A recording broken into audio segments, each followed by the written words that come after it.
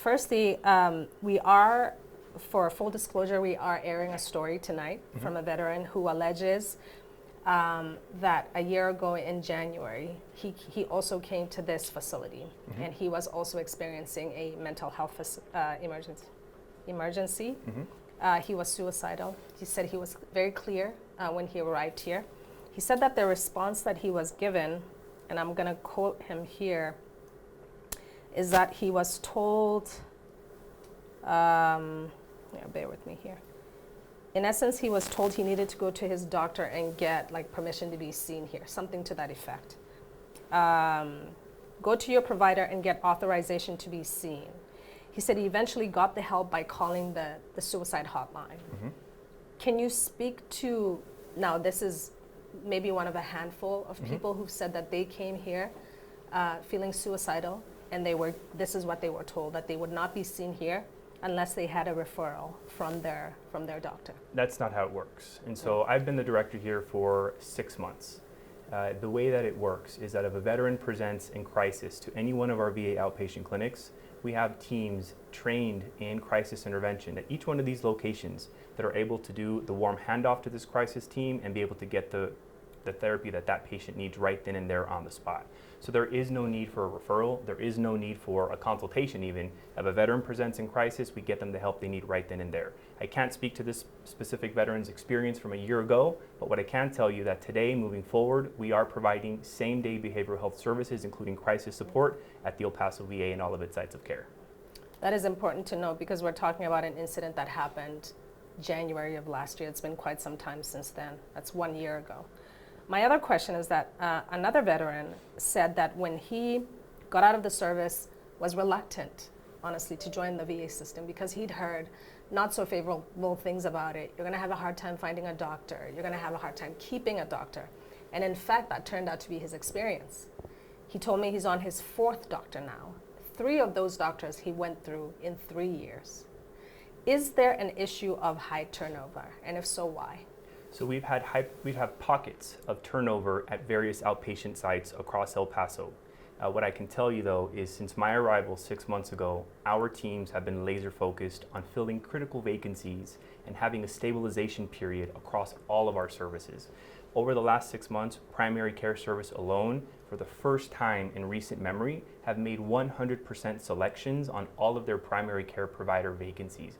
This is huge. This is going to really help us improve primary care access and have more consistency in terms of provider-patient relationships in that respect.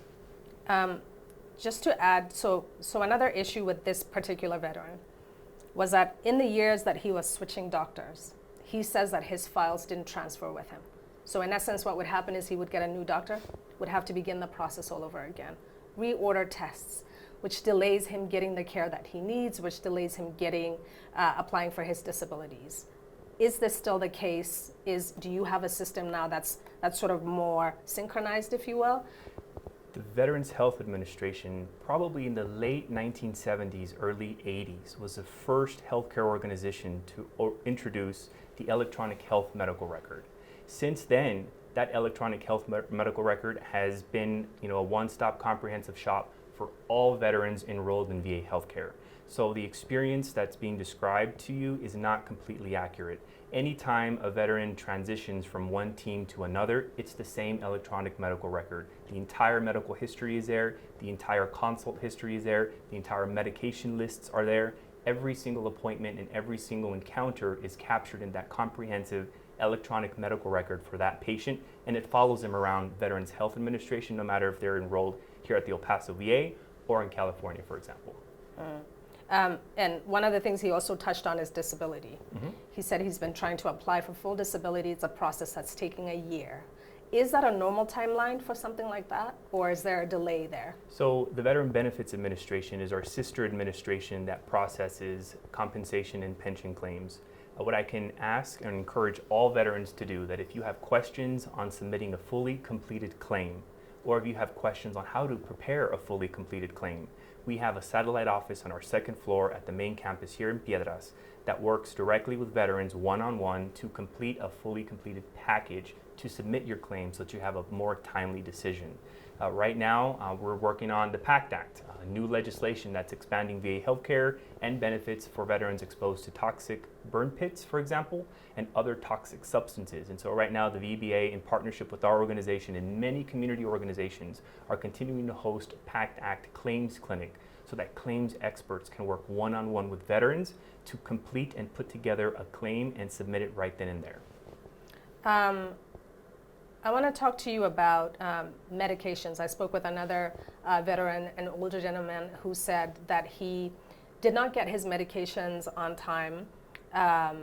He came to the VA to express, I'm in need of my medications, I have not received them. He said the VA would not allow medications to be sent directly to his home, that he had to go to pick them up, but they were not ready at the time that they were supposed to be ready, and so he was suffering.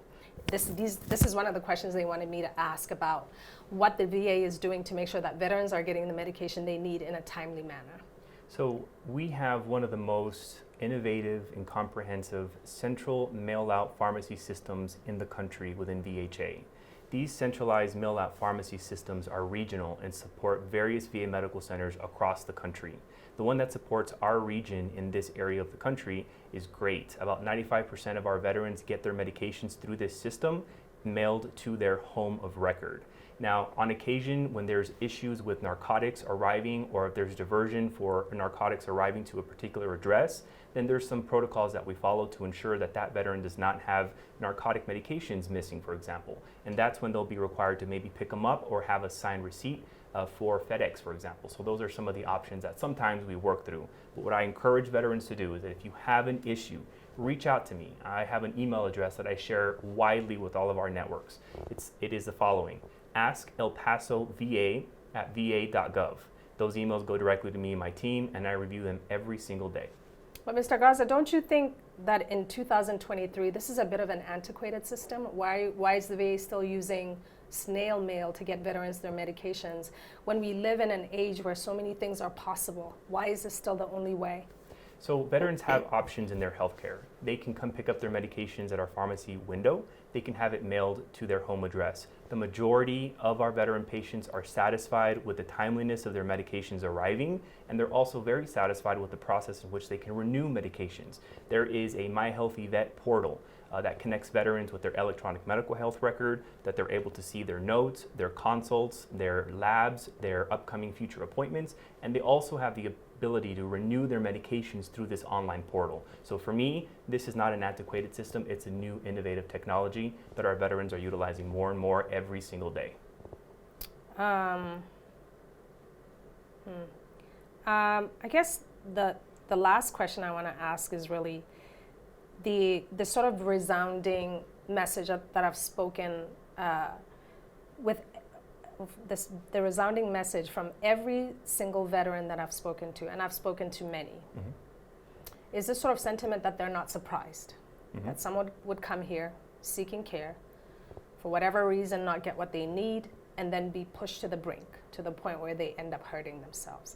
What do you say to people who I asked you this before, who are sort of losing faith in the, would you call this misinformation, for instance? Is that how you would counter it to people who say, if you need help, don't go to the VA because you're not going to get it there? So the only way I know how to improve organizations and organizational processes is to listen to our veteran patients directly. So I encourage all veterans to reach out to me directly, to work with my team and I, so that we can work together as one team to improve their experiences and our processes. Because the last thing we want is for any veteran to feel that way. Our goal is and continues to be one of which we provide high quality access to veterans across all sites of care. And so it's extremely critical that all veterans know that we have and continue to provide same-day behavioral health services, including crisis support, at each one of our VA outpatient clinics, and no veteran is turned away. In the event that something like this happens, I encourage veterans to reach out to me. Lastly, Sure. This one is on the positive side. Okay. We have gotten some positives as well. And the main positive that we have received is that the suicide crisis line, the suicide hotline, is doing its work. It's doing its job. It is. The veterans who are in crisis, who call, say they get the help they need. This paperwork that's done over the phone, they get the help they need right away. They are grateful for that. They also wanted me to tell you, if I had the chance to speak with you, that in coming forward, their objective is not to try and tarnish the reputation of the VA, to say it's all bad, but they have been part of the system long enough to sort of see where improvements need to happen, and ultimately that's what they want. The biggest thing that they want is what you did here today. They want a face. They want someone, because they feel like nobody's listening. They come to the media, they use all other resources, but hear from the VA, for you coming on TV today and looking at them and speaking with them speaks volumes. So I want you to know that. Thank you. And one thing that we've been actively working on since my arrival here 6 months ago is to better understand the experiences of our veteran patients and to learn from those experiences and to adjust our organizational processes to better deliver services to them. Our teams are laser focused on improving our access, on improving our wait times, on improving and filling critical vacancies throughout our system.